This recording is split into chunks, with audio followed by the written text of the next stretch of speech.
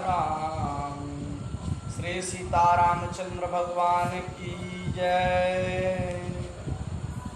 अज्ञानतिमिरान्धस्य ज्ञानाञ्जनशलाकया चक्षुरुन्मिलितं तस्मै श्रीगुरुवे नमः। गुरुर्ब्रह्मा गुरुर्विष्णु गुरुर्देवो महेश्वर गुरुर्साक्षात् परं ब्रह्म तस्मै श्रीगुरुवे नमः। श्री सीतानाथ समारंभां श्रीरामानन्दादिमध्यमाम् अस्मदाचार्यपर्यन्तां वन्दे गुरुपरम्परां। त्वमेव माता च पिता। श्री राम कथा के रसिकवर भक्त राजमति धीर आय सुहासन दीजिए तेज पुंज कपिवीर। नील सरोवर नीलमणि नील नील श्याम लाजगन शोभा निरखी कोटि कोटि सतकाम। नीलांबुज श्यामल कोमलांगम सीता समारोपित वाम भागम पाड़ो महासायक चारु चापम नमामि रामं रघुवंशनाथम। श्री राम राम रघुनंदन राम श्री राम राम भक्तवागज राम श्री राम राम रणकरिकर राम श्री राम राम भव शरणं भव राम। श्री राम चरितम रघुनाथ यस्य शतकोटि प्रविस्तरम एक एक अक्षरम पुष्पम महापाटकनाशकम। माता रामो मध्य पिता रामचंद्रो स्वामी रामो मध्य सखा रामचंद्र सर्वस्व में रामचंद्रो दयालु नार्यां जाने न जाने। लंबोदरम परम सुंदरम एकदंतम रत्नांबरम त्रिनयनम परमं पवित्रम उददति की जय। श्री जगतगुरु स्वामी रामानंदाचार्य जी महाराज की जय। श्री शंकरदास जी महाराज की जय। श्री वल्लभियाशरण जी महाराज की जय। श्री बड़े महाराज जी की जय। श्री पंडित जी महाराज की जय। श्री लक्ष्मण किलादी जी महाराज की जय। श्री महाराज जी की जय। श्री रसिकेंद्र बिहारनी बिहारनी जो सरकार की जय। श्री लक्ष्मण किला बिहारनी बिहारनी जो सरकार की जय। श्री कनक भवन बिहारनी बिहारनी जो सरकार की जय। श्री नया मंदिर बिहारनी बिहारनी जो सरकार की जय। अकारण करुणा वरुणालय भक्तवांछा कल्पतरु कौशल्यानंद वर्धन श्री दशरथ नंदन श्री राम जी की महती अनुकंपा से पुरुषोत्तम मास की कथा का हम लोग नित्य रसास्वादन कर रहे हैं। जनक नंदनी जगत बंदनी जनक राजनंदनी देह तन्या सुनैना आनंद वर्धनी श्री जनक राज किशोरी जो की महती असीम अनुकंपा से इस कथा का हम लोग निर्विघ्न श्रवण कर रहे हैं। आज हम लोग पुरुषोत्तम मास की 17वां दिवस की कथा में प्रवेश करने जा रहे हैं। आप सभी पूज्य जनों को सादर जय सिया राम दंडवत प्रणाम। इसी के साथ 2 बार भगवान नाम संकीर्तन। सीताराम सीताराम सीताराम जय सीताराम। सीताराम सीताराम सीताराम सीताराम। श्री नारायण जी बोले, हे नारद जी, भगवान की आज्ञा पाकर गरुड़ जी उस ब्राह्मण से बोले, हे ब्राह्मण श्रेष्ठ, जैसा भगवान ने कहा तुम्हें 7 जन्मों तक पुत्र सुख नहीं हो सकता था, किंतु हे तपोधन के स्वामी की आज्ञा से मैं तुम्हें पुत्र का वर देता हूँ। मेरे ही अंश में तुम्हें पुत्र होगा, साथ ही तुम दोनों को उसके सुख के बाद दुख भी होगा। अब अपने मन में श्री हरि का धारण कर सुखपूर्वक संसारी सुखों का उदासीनता पूर्वक भोग करो। और श्री वाल्मीकि जी श्री हरि गरुड़ पर चढ़ते हुए बैकुंठ चले गए। सुदेव भी वर पाकर स्त्री के साथ घर आया और गृहस्थ सुख भोगने लगा। कुछ समय बाद गौतमी गर्भवती हुई तथा 10वें मास में गौतमी ने सुंदर बालक को जन्म दिया, जिसे देखकर सुदेव की प्रसन्नता की सीमा नहीं रही। कितना दिन के बाद उन्हें पुत्र सुख मिला। उनके जीवन में 7 जन्मों तक पुत्र सुख का सौभाग्य ही नहीं था, पर ये भगवान तपोधन श्री कृष्ण की कृपा से उनको पुत्र सुख की प्राप्ति हुई। पर भगवान ने कहा कि पुत्र सुख की प्राप्ति इस संसार में उदासीनता पूर्वक तुम व्यतीत करोगे, और कहा कि यह पुत्र अधिक दिन नहीं जिएगा, तुम्हें इस पुत्र के चले जाने के बाद दुख ही दुख होगा। और माता पिता के वृद्ध माता पिता के रहते हुए उस पुत्र ने 12 वर्ष की आयु में अपने शरीर को देहावसान हो गया।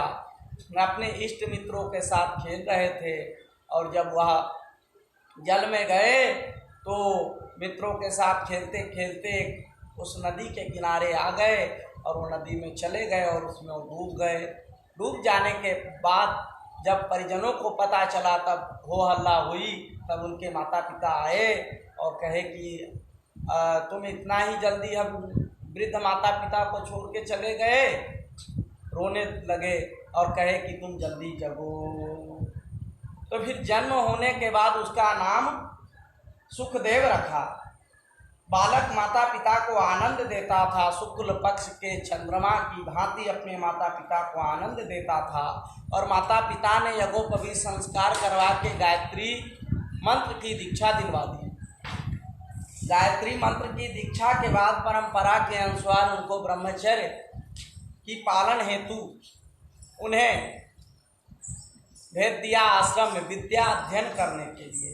बुद्धिमान ने वेदा प्रारंभ किया और बुद्धिमान उस बालक ने अपनी सेवा से गुरु को प्रसन्न कर लिया। एक बार ही पढ़ने से उसे सारी चीज याद आ जाती है। एक बार पढ़ लेने मात्र से उनको कंठस्थ हो जाता था।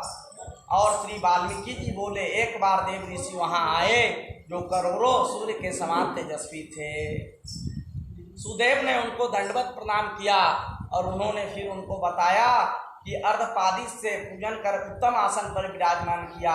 आसन पर विराजमान के उपरांत ब्रह्मचारी बालक ने आकर मुनि के चरणों में गिरकर प्रणाम किया और उनके माता पिता बोले कि हे मुनि श्रेष्ठ, आप कृपया करके इनका भाग्य बताने का कष्ट करें।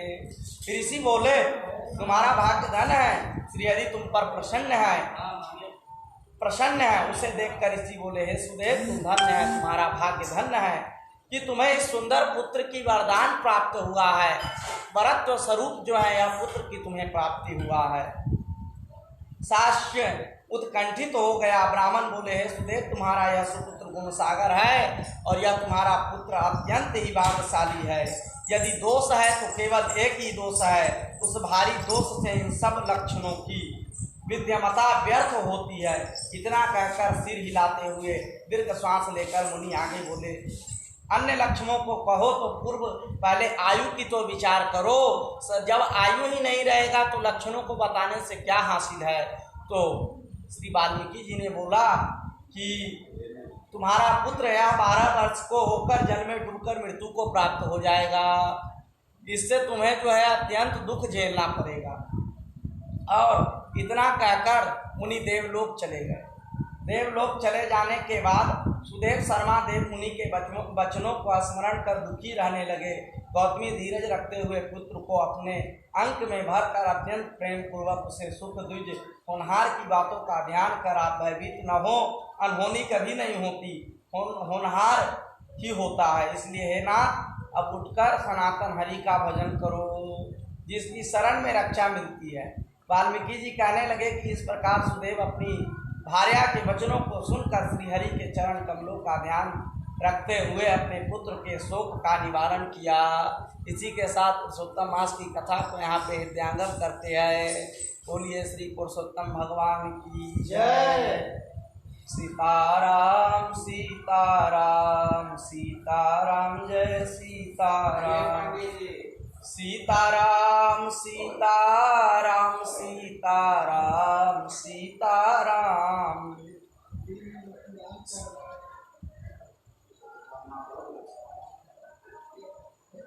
श्री रामचरितमानस के कथा में हम लोग प्रवेश करते हैं।